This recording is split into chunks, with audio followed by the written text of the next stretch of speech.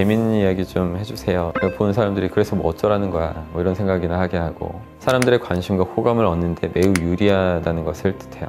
그런 경우는 카리스마나 기가 부족하기 때문이에요.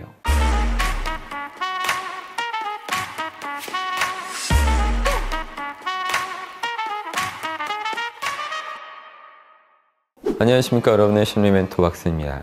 여러분, 세일즈란 어떤 것을 의미할까요? 내가 가진 가치 있는 것을 돈 받고 파는 것을 세일즈라고 부릅니다. 아시다시피 우리가 살고 있는 자본주의 사회에서는 모든 것이 철저히 세일즈의 원리로 돌아가요. 돈 버는 법은 대부분 세일즈를 통해서 이루어집니다.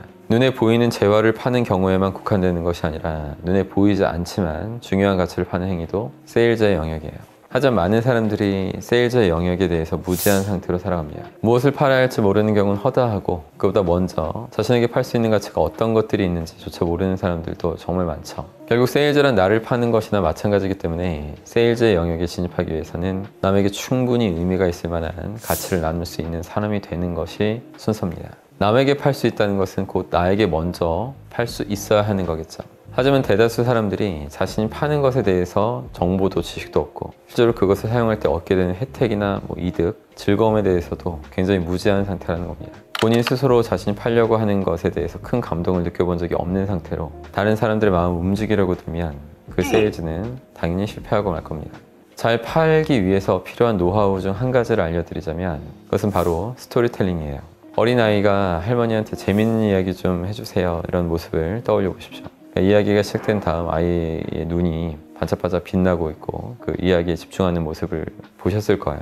이 아이는 단순히 이야기를 원하고 있는 것이 아닙니다. 저를 집중과 몰입 상태로 만들어주세요. 재밌는 이야기로 나를 최면 상태에 빠져들게 해주세요. 이런 부탁을 한 것이나 마찬가지라는 거죠. 이렇게 스토리라는 것은 집중과 몰입이라는 인간의 본능을 자극합니다. 매우 생산적이고 발전적인 상태에 이르도록 돕는 본능인 거죠. 많은 사람들이 영화를 보러 극장에 갑니다. 요즘은 OTT 서비스가 워낙 활성화되어 있어서 집에서도 영화나 드라마를 쉽게 볼 수 있죠. 사람들은 왜 이렇게 날마다 새로운 영화를 보려고 할까요? 스토리텔링은 영화에 있어서 가장 필수적인 요소입니다. 사람들은 매번 새로운 이야기를 원해요. 우리의 눈과 귀를 몰입 상태로 빠져들게 만들 수 있는 매력적인 스토리를 듣고 싶어 합니다. 그 스토리 안에서 인간의 감정과 인정 욕구와 욕망을 보면서 무의식이 자극되는 거죠. 영화 속 주인공과 자신을 동일시하기도 하고, 그러면서 존재감을 더 극대화해서 느끼면서 카타르시스까지 느낄 수 있기도 합니다. 이렇게 매력적이고 훌륭한 스토리를 갖추었다는 것은 사람들의 관심과 호감을 얻는데 매우 유리하다는 것을 뜻해요.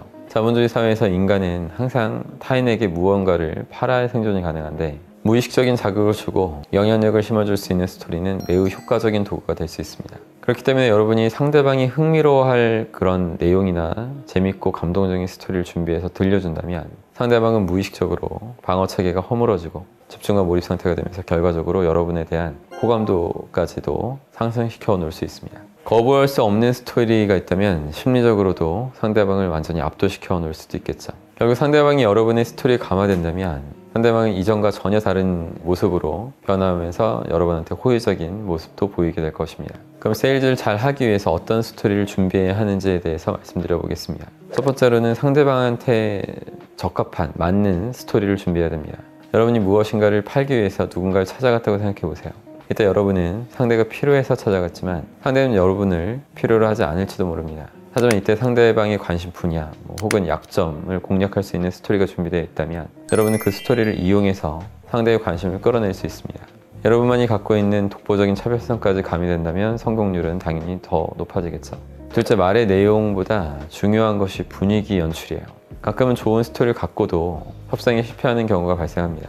그런 경우는 카리스마나 기가 부족하기 때문이에요. 카리스마는 고대 그리스어로 신의 축복이라는 뜻입니다. 신의 축복을 받는 것은 쉽지 않죠. 해당 분야의 탁월한 지식을 무의식에서 바로 끌어올릴 수 있을 정도로 대비한 사람, 그런 사람한테는 카리스마가 나오게 됩니다. 지식의 내면화가 충분히 이루어진 상태여야 할 것이고, 많은 실전 경험을 축적했다고 한다면 스토리를 전달하는 일은 점점 더 쉬워질 겁니다. 셋째, 한 번에 하나의 메시지만 제대로 강조하라는 겁니다. 우리는 하루에도 수십 편의 광고를 마주하죠. 그런 광고를 만드는 사람들도 스토리텔링의 대가들이에요. 잘 만들어낸 광고는 한 번에 하나의 메시지에 집중하게 만들고, 그래서 정확하게 자신의 할 말을 전달하는 반면 실패한 광고는 과다한 정보를 늘어놓기만 하면서 전략적으로는 핵심을 깨닫지 못합니다. 광고를 본 사람의 머릿속에는 단 하나의 메시지도 남아있지 않죠. 보는 사람들이 그래서 뭐 어쩌라는 거야 뭐 이런 생각이나 하게 하고, 그다음에 이미 실패한 스토리텔링입니다. 욕심내지 말고 한 번에 하나의 메시지를 전달하는 것에만 집중하셔야 됩니다. 이 세 가지 조언을 토대로 여러분의 스토리를 구성해 보십시오. 최소한 수십 년의 세월을 살아오셨을 여러분들한테 아무런 스토리도 없을 리는 없을 거예요. 누구에게나 스토리가 있지만 지금까지 스토리화하지 않았기 때문에 없다고 생각하는 것 뿐일 거예요. 여러분이 전하고 싶은 가치와 일맥상통하는 스토리를 잘 준비해 두고 여러분을 파는 세일즈의 참된 전략으로 만들어 보십시오. 잘 계획화된 스토리는 여러분의 세일즈에 날개를 달아줄 것입니다. 그럼 항상 힘내십시오. 고맙습니다.